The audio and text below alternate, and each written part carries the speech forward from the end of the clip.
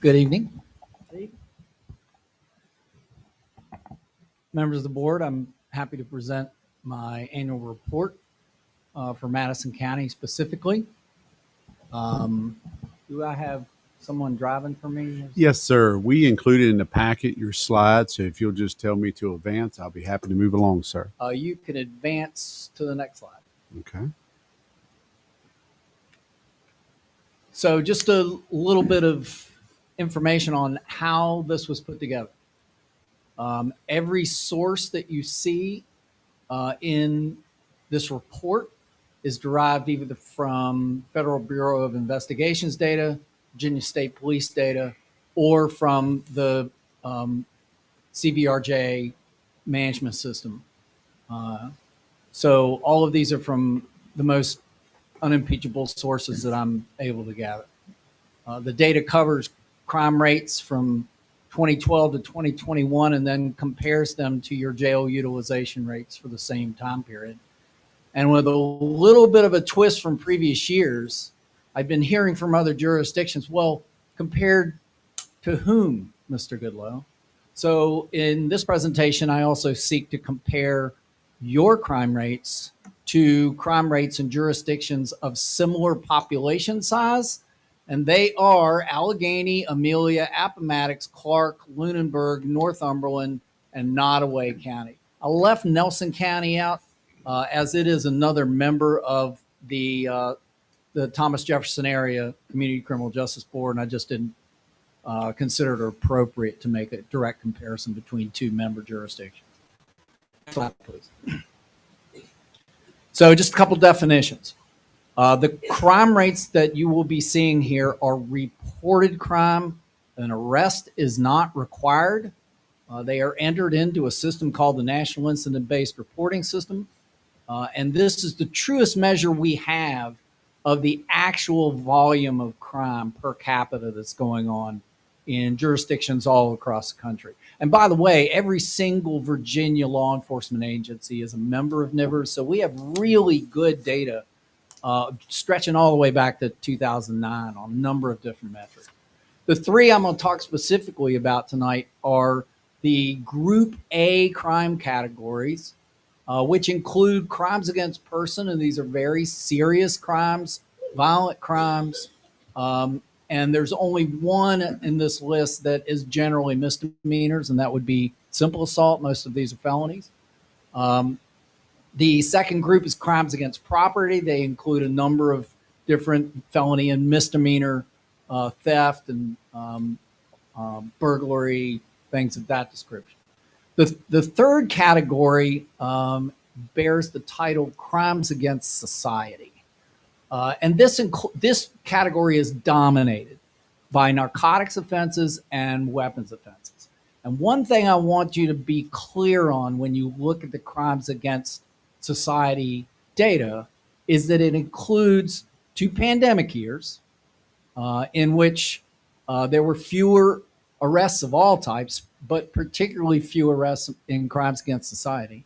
And it includes 1 year in which half of the year marijuana was decriminalized, and a second year in which half of the year marijuana was legalized in small amounts. Next slide. So compared to what? Next slide, please.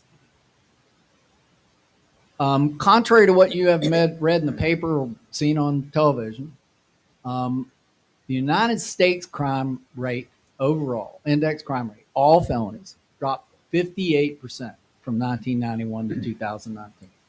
Next slide.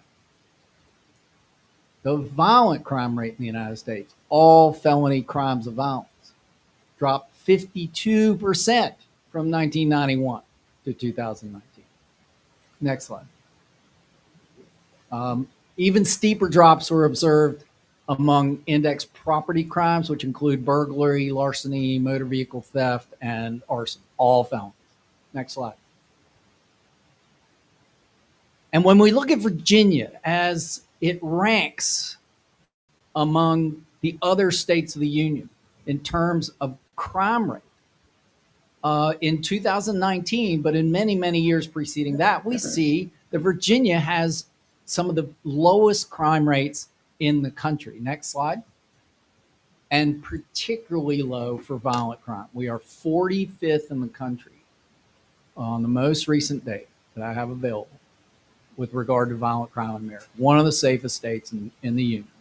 Keep that in mind when we look at Madison County. Next slide. And we're also low, but not as low for property crime. Next slide, please. So now we get to comparisons of Virginia's crime patterns versus Madison's versus these 9 comparable jurisdictions that I referred to earlier. Next slide, please. Virginia's crime rate down 19%. Next slide. Madison's crime rate down 19%. Exactly the same rate of fall as we observe in the state data. Next slide. However, when we compare Madison's overall Group A crime rates over the last 10 years to other jurisdictions, we find that Madison's has trended lower, specifically since 2018. And overall, Madison's crime rate ranks 115th in Virginia among 133 jurisdictions. So you happen to be blessed to live in a community that has among the lowest overall crime rates in Virginia, which we have already observed has among the lowest crime rates in the country. Next slide, please. You rank 87th in crimes against person, largely violent crimes. Next slide. The rate was down 12% across Virginia. Notice that uptick from 20 to 21. I would anticipate another uptick in that when this next year's data becomes available. I'm not saying we're in a violent crime wave, but there is an association between the pandemic and hopefully post-pandemic era and an uptick, particularly in gun violence. Next slide, please. I did not see that upward tick in Madison County in 2021, but I saw 2 spikes, one in 2013 and one in 2018. Now, having said that, crimes against person thankfully do not occur all that often. So base rates are low, particularly in a county of this size.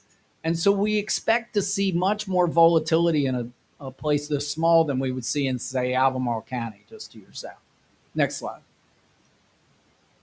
And we can also see that those 2 spike years are that separate Madison from comparable counties for just those 2 years, but for the rest of the time frame, very similar between you and comparable counties. And in fact, you're just a tiny bit lower than their average in 2021. Next slide. Now, with regard to your crimes against property rate, you rank 106th out of 133 jurisdictions. Next slide. In Virginia, property crime was down 28% over the last 10 years. Next slide. Yours was comparable, down 23%. When we look at your crimes against property rates compared to other jurisdictions, next slide, you can see that you fall slightly below the average of these comparable jurisdictions. It's not statistically significant, but it's durable. You will also notice that the lines are a lot smoother than the data for crimes against person, because crimes against property occur a lot more frequently and there are a lot more of them, which means that it creates less volatility year to year. Next slide, please. Crimes against society. This is where you differ most greatly from the rest of the Commonwealth. Next slide. You rank 128 out of 133 jurisdictions with regard to crimes against society. Note that hockey stick drop in the state rate during the 2 pandemic years. Next slide. And also note that same hockey stick rate down in Madison's rate for 2020 and 21. Next slide. And you can see the difference between your rates and the rates in comparable jurisdictions has been growing since 2014. Next slide. Okay, so then the question is, you've enjoyed this 19% drop in your crime rate. Does it show up in reductions in intakes of inmates into CVRJ? And does it show up in the bed days that they are expending at expense to your jurisdiction? Next slide, please. First of all, I want to just show you, this is the most up-to-date look I have at CVRJ. I can't break this down by jurisdiction. This is taken from Virginia Compensation Board data. You can see that trough during the lockdown months between April of 20 and say October or November of 20. There's then a spike and then another plateau and a drop. Much of that drop was the Department of Corrections taking in state custody inmates. They're meaning that there are fewer people serving long-term sentences on state custody charges in the jail that you're having to pay the majority of the bill for, because DOC was paying a per diem, but it wasn't much. So that's good news. Next slide. Are you saying, I'm sorry, are Sure. you saying that the drop in February, go back up, yeah, like February of 22 or Yep. December was the feds picking up, or do you go all the way back to like February of 21? No, it's only since about March or April of 2022. Thank you. Your local inmate population's been virtually flat Got that it. whole time. That entire drop was the loss of your longest serving inmates. And by longest serving, I mean 2 years plus in some cases. So a definition, an intake is a person, not a charge. So this is volume of people coming into the jail who are there on Madison County responsible charges. Next slide. And you can see they have absolutely plummeted since 2018. Your intakes are down 43%, which is more than twice the reduction in your crime rate over the same period of time. Wasn't that way until COVID, though, because the vast majority of that drop was in between 19 and 20 specifically. And I see this on virtually every graph I look at. Next slide. So then we look at a booking, and a booking is a charge. If I get brought into CVRJ on breaking and entering and grand larceny, it's 2 bookings. So I can look, bookings are a real good way of seeing the kinds of criminal offenses that are feeding people into the jail. Next slide. And we can see that the vast majority, in fact, virtually all of the reduction you've had in your intake volume has been at the misdemeanor level. And I think that's a good thing, because I think jails are places where you hold people who have done pretty awful things and need to be held accountable for doing awful things. And, not that misdemeanors should not be held accountable, but it's an expensive use of a precious resource to lock people up for misdemeanors, and your misdemeanors are down 37%. There are also fewer misdemeanors being committed. I need to point that out. Next slide. The only trouble spot, and anybody with eyes can see it on this slide, is the continuing impact that probation violators are having on the influx of people into the jail. So the great news is you got lots fewer people going to jail than you did 10 years ago. The bad news is the ones who are going to jail are increasingly coming in with a violation of probation, at least as part of their intake process. And by the way, you're not alone. The other 4 CVRJ jurisdictions all have slides that look like this. It's just a matter of degree. Some are worse. What do you attribute the probation violations to?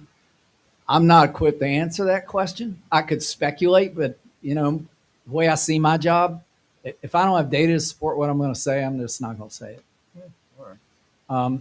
Having said that, I just received data from the Virginia Sentencing Commission, which may allow me to answer that question within the next couple months. So stay tuned. Next slide, please.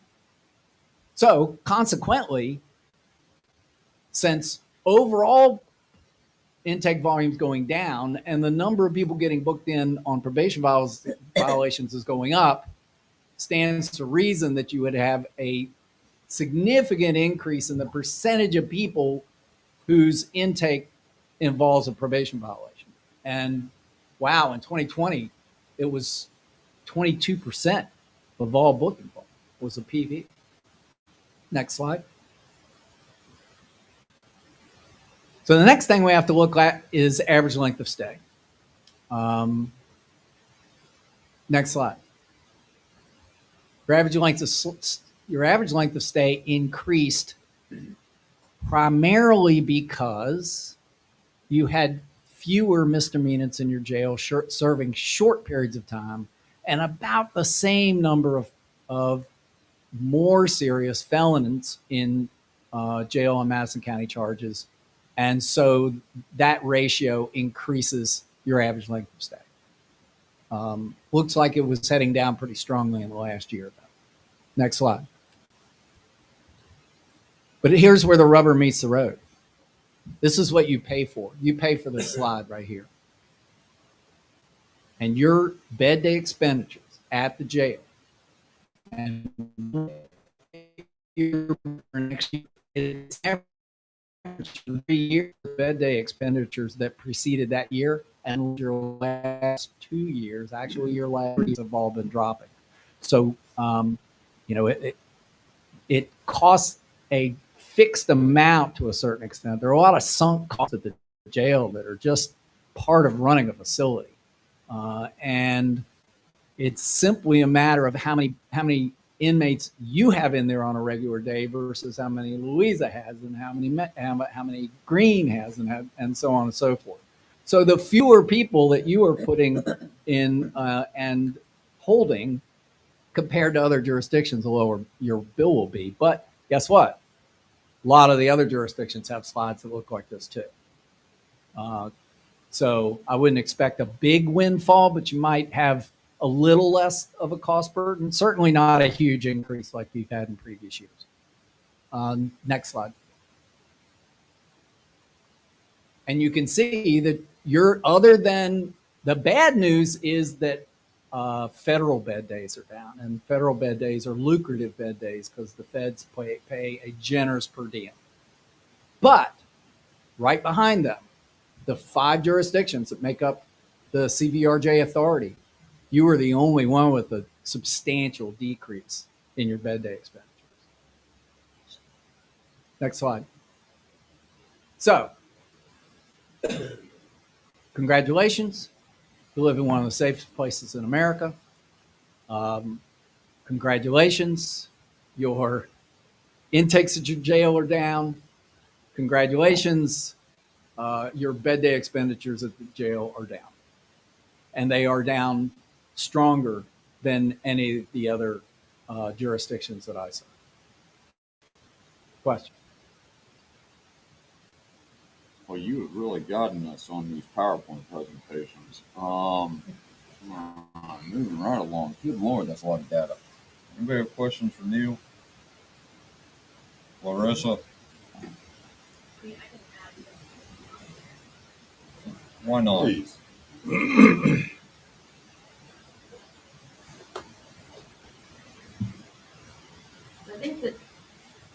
I think there's a lot that's not said in the data.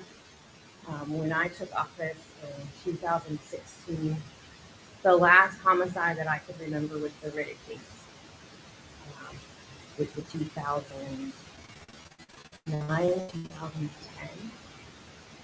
We had a homicide in 2017, 2020, 2021, and we have one pending now. So there have been some very significant, I feel, changes in our crimes and the types of crimes. We haven't been a member of a narcotics task force probably for the last 3 years, maybe 4. I can't remember when we went off. That has recently changed, and we are back as a member of the British Narcotics Control Task Force, which I think is great news, especially considering that we are still dealing with heroin, and meth is coming more and more. We're seeing more positive screens on our major violation reports for probation, which is kind of one of the first places that that sort of thing will show up. When you look at the drop in 2020, it's, I think, easy to say that that's because of the pandemic. It's not accurate at all. We had a lot of changes, not just in Madison County, but across the Commonwealth in 2020. We had a new circuit court judge in 2020 who has a different judicial philosophy, I'll say, than our prior judges. Whereas it was routine for someone before to come in on a major violation, on a probation violation, that it would be ordered that they be held without bond. The magistrate is now setting bonds on those probation violations, which means that they're not being booked in. Also, there were substantial changes to the probation violation procedures and ability of the court to sentence.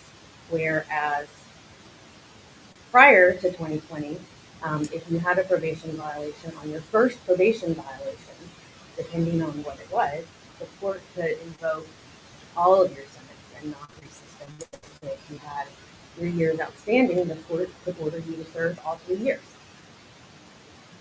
Now, on your first technical violation, which can include things like absconding, so we've had folks who have disappeared for 3 years, and it's their first one. I guess that's not the best example because absconding could be treated as a technical second, but they could only get 14 days. So a technical first is no active incarceration. Technical second is 14 days. And the third is up to the discretion of the court.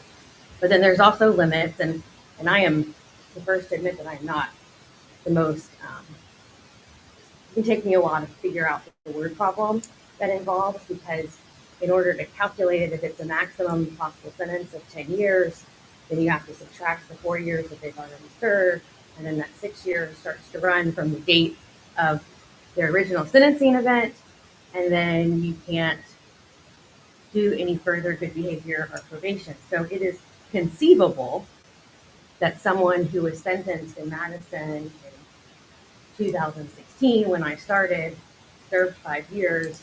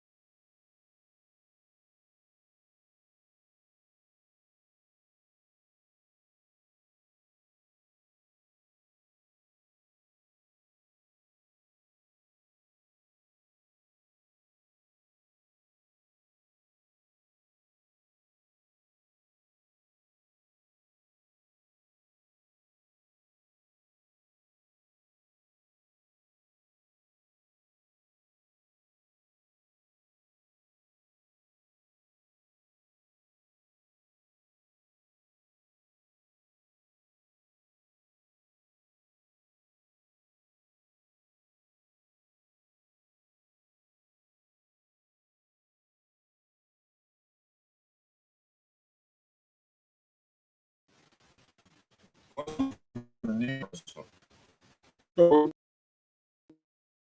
we are days in those instances, right? Yes, As we an are. example. And I will say that, I mean, I probably keep a closer eye on some different statistics. I use the felony filing numbers with the Supreme Court and Circuit Court. And we are pretty much, we've stayed dead even. So, Yeah, I mean, and Orange has 3 to 4 times as many filings as we do, just to give some perspective to how things are. And also, when you're talking about percentages in Madison, a jump from 14 to 16 is a jump. Mr. Chairman, I just have one please, question. let's go. These statistics or data, is this driven by adult crime, or does this also include juvenile as well? Or Only adult crime. okay, Yeah, and ours would only. Well, the crime data includes juvenile data. okay, The incarceration data does not. okay. However, I think it's interesting to note that at the national level, at the local level, and at the jail level, the number of juveniles and young adults age 18 to 24 getting arrested and getting booked into jails all across the Commonwealth has plummeted. It's down over 50% from where it was 10 years ago. And I don't have an explanation for that, but I think it's really interesting. Less of them. What's that? It's less of them, the population. All right. Other questions on this exceedingly heavy topic? A lot of good information. Thank you. Thank you. Well, I got the most out of this ever from you, Neil. Thank you. Come to court. What? Come to court. But We're no. there most Wednesdays in circuit and Thursdays in general district, and happy to have y'all come. And if you have any questions, I'm happy to talk to you afterwards. And that goes to y'all too. I'd also like to take the opportunity to recognize Ms. Berry, who has been a regular, active member of the Criminal Justice Board. She's been a big support to me, and I appreciate it. Not always. Thank you. Thank you. Wow, pretty good. Lord. Broadband MOU for RDOF challenge area. Mr. Weekly. Thank you, Mr. Chairman. Just a quick walk down memory lane, because when folks hear broadband, they just want it in their house, and I don't blame them.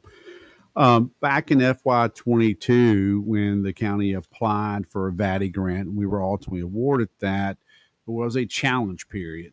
We had the same challenge period in the FY23 cycle. We should know here in the near future if there are any challenges coming out of that.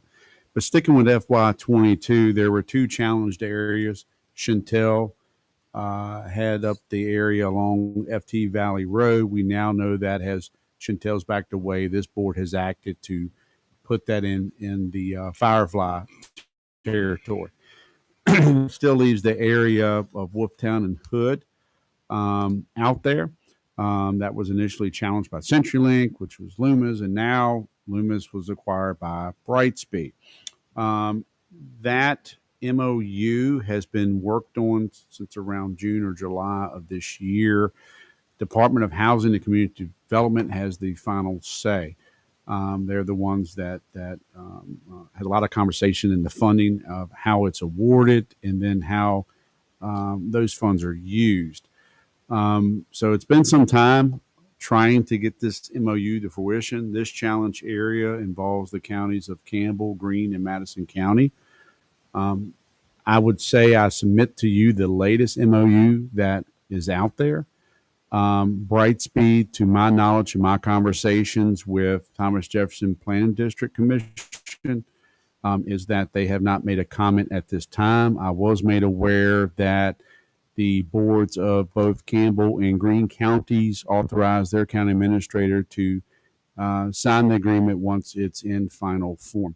What will change versus what you have in your packet is that Thomas Jefferson Plan District will not be named, I'll bring up the MOU now, as you see the first sentence there, entered into as blank 2022 by and between Thomas Jefferson Planning District Commission. So this will be strictly between DHCD and Brightspeed. The rest of the members, and you'll see at the bottom of this MOU, will just be consenting.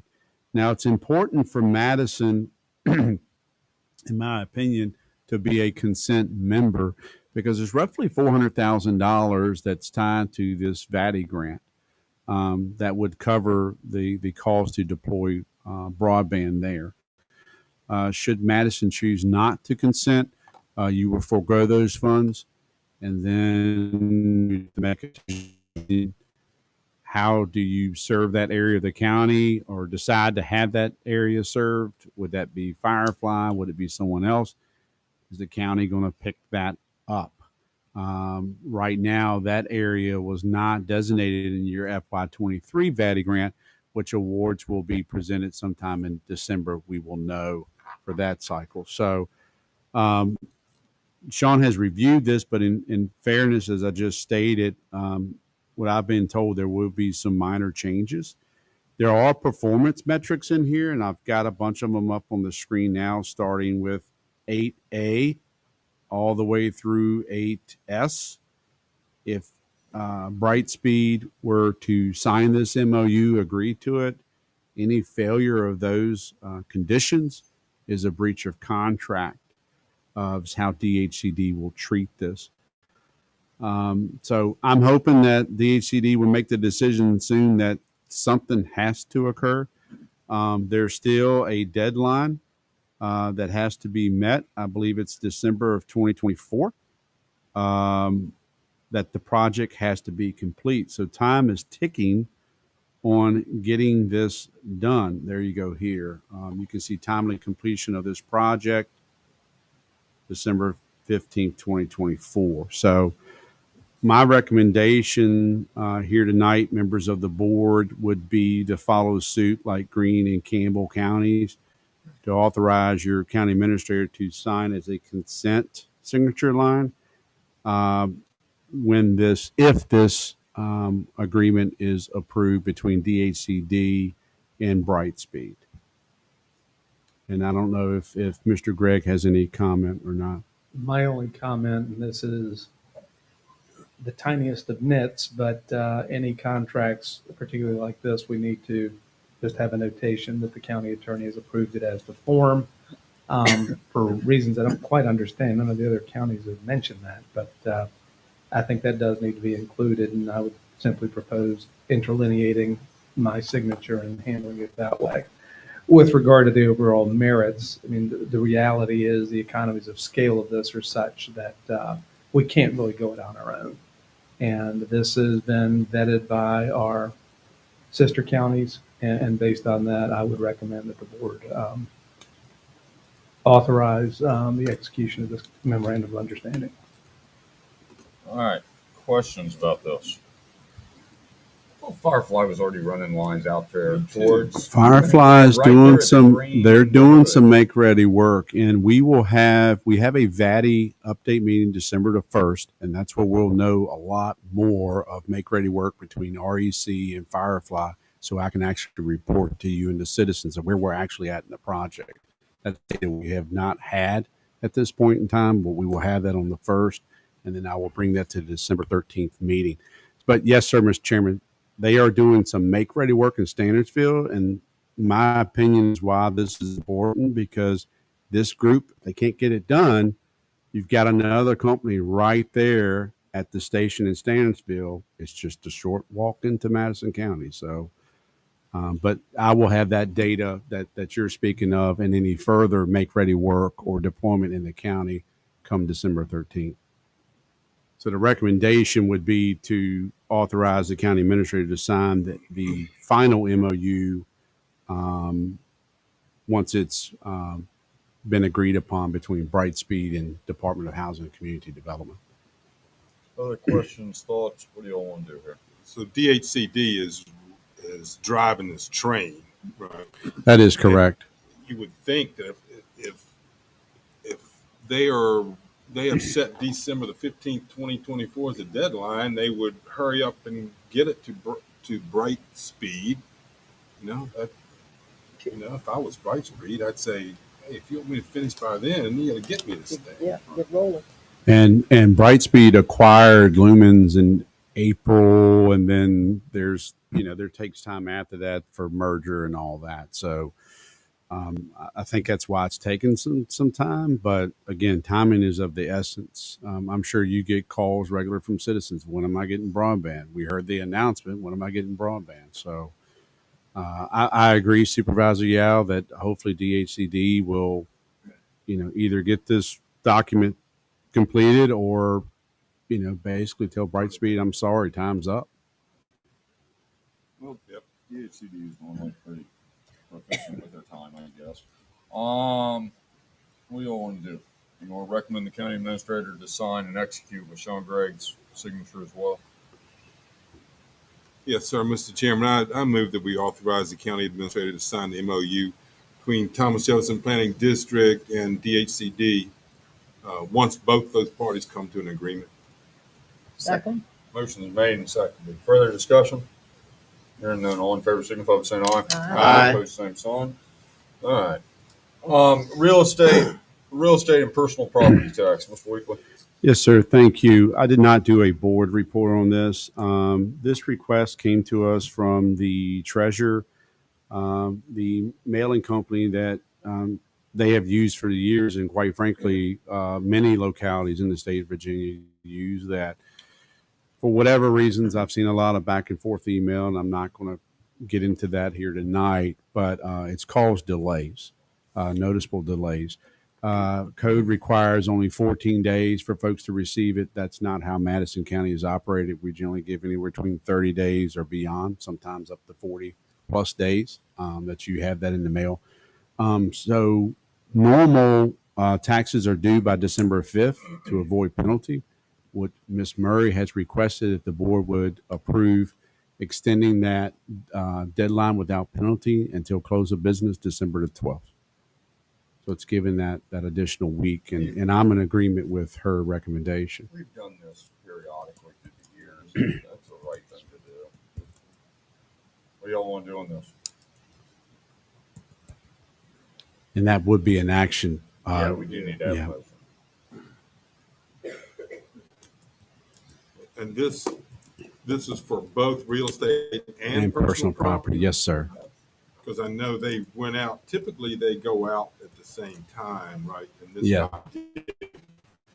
There was some hold up, but the recommendation both the commissioner and the treasurer were for both of them. Right. Mr. Chairman, I move that we revise the due date on real estate and personal property taxes to December the 12th, 2022. Second. Motion's made and seconded. Further discussion? Hearing none. All in favor signify by saying aye. Aye. Aye. Opposed, same sign. All right. Verizon pole lease agreement. Finally, Verizon pole lease agreement. Mr. Weekly. That's the correct. I probably can't add anything further than that. No, this has been a long, grueling process, but finally we have a very condensed and appropriate pole lease agreement. I've given this to Sean to review. Simple, straightforward. Actually, there's no cost. REC, I think we have some charges, but there's no cost for this pole. So this would allow us, the board approves tonight, authorize me to sign it. This allows me to get this over to Tax, who's the subcontractor for ANS that does the fiber deployment. So we can get fiber to the courthouse and Commonwealth Attorney's Office. We're just talking about one pole. So this elusive pole, I didn't put it on GIS, but if you are going to make a right into the parking lot, it's our parking lot, but town offices, right there at that sidewalk, like walking up to the courthouse, that pole that has an abandoned piece of fiber line up there now, we just need to run through that versus setting a new pole. We couldn't bore under the road due to utility conflicts. So it's been a very long time. So I highly recommend approval of this pole lease I agreement. don't know. I think we ought to talk about that. Yeah, we ought to talk about it 2 months, 2 or 3 months. Yeah, that's the way Yeah, to let's be. table That's it. We thought her and Neil were getting along too well. What do y'all want to do here? Mr. Chairman, I move that we authorize the county administrator to execute the Verizon toll agreement as presented. Second. Motion made and seconded. Further discussion? Hearing none. All in favor, signify by saying aye. Aye. Opposed, same sign. There you go. Um, budget calendar. Yes, I wanted to put that as a discussion item. We don't have nothing formal for you tonight because part of that we need feedback. Staff needs feedback to put together the budget calendar. And basically, the last bit of feedback is traditionally, at least over the last several years, we've used Thursdays as your budget work sessions. And the idea would be if the board's fine with that, we can use Thursdays again. I think last year we went like 2 to 6 if it was needed till 6, so we can end early. But I'm not sure if that day of the week still works for you all and that time works for you all. I'm looking at you. They're nodding. What about you, Miss Hall? Carlton? Thursdays? Yeah. You all want to do 3 instead of 2? Do 3 to 6. You mind? You want 3 to 6, 3 to 7? You want 3 to Nah, 6? do 3 to 6. Okay. And that'll help 3 us. hours. So at December the 13th, we'll bring that calendar. We're going to call it draft until you approve it right. But that's going to show the chairman and I had some conversations too. We'll show you, I think in years past, you saw, okay, this date, the form requests go out to departments or outside agencies. They're due back. So we'll show all those steps on the calendar. Just realizing your workshop portion, the bulk of it's February and portions of March. And then you get into budget advertisement and adoption in April. Schools threw out their calendar. The schools have, Miss Warren and the schools have had that dialogue already, so that'll be on that calendar. I think the only thing I asked Miss Graham to move up, they had a bid going out for their parking lot at the primary school. I think initially the contractor was projecting, or the engineer, whoever they had working that, was projecting to have that back in April. And I said, that's too late if you're going to include it or request to be included in ours. So I've asked for that in February or mid-March. So we'll see. From department heads, traditionally, it's like January 15th, January 20th, sometime in there that they're supposed to get all that back. When do you expect that, Miss Warren?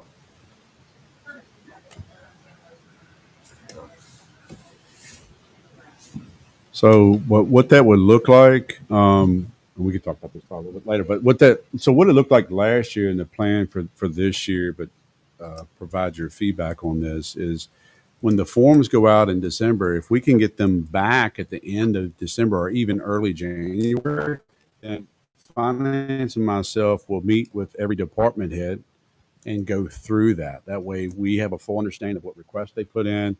If something got missed or whatever, we want to make sure we have that dialogue. So it should be in a good form before it gets to you. I think we were off on some formulas last year that messed with part-time and some overtime. So we want to make sure everything's correct and adequate. But outside agencies will go out during the same time. If you are fine with the tradition of putting outside agencies up front and center first in the of the workshops and get out of the way, that would be the plan. But hearing your feedback here tonight of the day of the week and the time helps us complete that draft to bring to you on the 13th for approval. If you want it at the joint meeting, we could possibly have it ready for you at your joint meeting. I know normally you haven't taken up action items in. It's up to you. Your joint meeting is on December the 7th, but we have it right now tracking for December the 13th. Does anybody see any reason we need to rush from the 7th to now? Bring it to us at the 13th. We'll be fine. We'll do. Sounds like a really good plan. So the one thing, Jennifer, Michelle, I mean, obviously, you guys are going to have the ERP thing going at the same time. So in discussions with Jonathan, whether you move the outside agencies up first and departments second or vice versa, I think the ERP stuff might have something to do with that scheduling, perhaps. Starting with outside agency kind of warms everybody up. Yeah. Lets the funds start rolling, and then we get into departments and revenues and expenses in a big way. Okay. That work? Yeah, and we would love to had capital to you earlier. We have other things going on, like the condition assessment that will be part of that for the capital. If there's a certain way, you want to see that presented just between now and I'd say sometime next month, let me know. I know you, Mr. Chairman, have talked about a list of positions and maybe equipment or vehicles. We can do it in any way that you want to see it. Hobbs used to always talk about starting capital in like the middle of December or the beginning part of December, and we did implement the switch between having one full budget. We have two budgets that all go from the same place, but one on capital and then one on just general expenditures.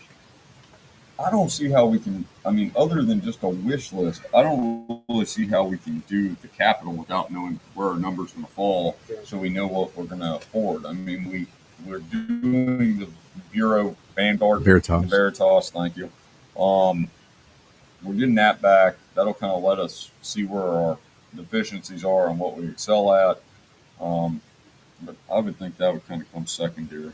I mean, it's just Makes sense. I don't see how we got to cover our critical expenses before we go out and spend any more money on other stuff. Right. It'd be good to identify. I mean, this condition assessment is looking at whether, currently your lighting, your electricity, but whether it's space needs or if it's renovations or whatever. I mean, we still needed to capture that from each department to help build that capital. And then you guys, you prioritize Yep. that. So, And then you got to, yeah, all right, other comments on that one? All right, I can't believe this is on here. Website update. so this is just an icebreaker. So we don't have all the details here tonight, but I just want to let you know, how do we get here before the 13th? I've heard from some board members. I've heard from department heads, a few citizens that, our website is not the best, I guess, and that, or whatever words you want to put in there. So upon that, there's been a team of staff that's worked on that. Some are present. I know Michelle and Alan Berry, for example, and they have identified a provider that we think's a good provider, and we'll come back with that information on the 13th. I actually have Mr. Berry leading that discussion. The company, we do some business with our codification and stuff right now. Apparently, they have a GSA contract, so procurement solid, and there looks like there's a discount in there and overall annual savings too, moving forward. But Alan, I have all that detail. You can have your questions at that time, and from that, looking for direction from the board. This is not something that I would say you have to take action on the 13th. You certainly can. I want to make sure that once you hear what we're presenting, why do we feel this is better? What do we gain? What do the citizens gain? Then we are working and getting your questions answered. Certainly, we've already looked at funding source and identified if you want to move forward with this. But again, process first is bring you the information, present why we think it's a good move, and we'll let it play out from the board's direction. So just wanted to give you a little icebreaker for the next meeting on the 13th of why we're even fooling with websites. Well, I mean, fooling research. We haven't spent a dime other than time. Next is the Firefly Fiber Hut location. This has actually been very fluid. This changed as of Friday with some new information, and then even today. So you may recall I brought this to you as a discussion item that Firefly would normally locate their equipment at a substation because they are working with power companies. Our Pratt's area, there's no real estate at all. So they were looking for other sites, maybe on farmer's ground, county property. I said, hey, county's got property. Let's start here first. So we started looking at the field where Mr. Weaver has his crops. It's still Hoover Ridge, it's county property. Looked at the left portion, which is closer to, I think that's Little Dock Run that runs through there. They came back. No, that won't work. Engineering would like for you to look at the upper field, which is closer to Elementary A on Fairground Road. Then they come back. Well, that's a sharp decline when you go into the property, and VDOT's going to require a lot more work on the commercial entrance, and it may become difficult to build. They did like our tower site, the new tower site at Hoover Ridge. There's an access road that leads to that tower site. I talked to Parks and Recreation staff yesterday just to get their input. I mean, I realize it's county land, but they run programs I want to see.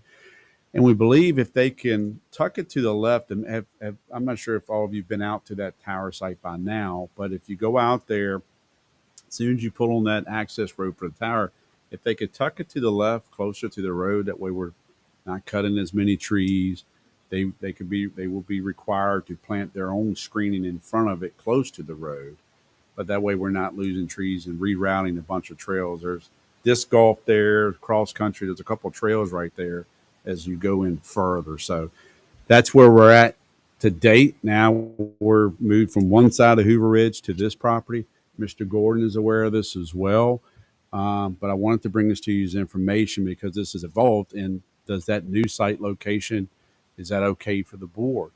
Ultimately, if you're fine with that location, what I spoke to Mr. Creekmore today is that, we need to see lease agreements at some point in time for that. So is the board fine with that as a potential location if that turns out to be in the final? You will definitely see any lease agreements and all that. So when I'm asking, are you okay or not, we're not moving there yet. There's engineering and all that will come back to us. Everybody okay with this idea? And we could gain. I mean, I don't know, and I'm not definitely negotiating online here if they're watching, but I don't know what that looks like. You should be able to get some services picked up for your for the community or offices or whatever, and maybe some revenue. I just don't know what it looks like yet. We've asked for those documents once they pinpoint a location. Work on it, see where you can go. Okay.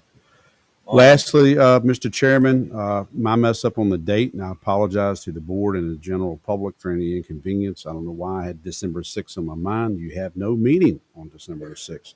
But we advertised based on my bad information. So that has been re-advertised in the paper. That public hearing for the open space agreement is set now for December the 13th. Ron, anybody got any questions on that one? Still got some people waiting on this. No, well, they're just waiting for board action. There's no one that's moved forward with it. All right. Any questions on any of those items? And I would imagine Mr. Daniel is tracking this. I would imagine you would like to have him here. That's the end. That's the plan. Okay. All right. Public comment. Public comment. Anybody online?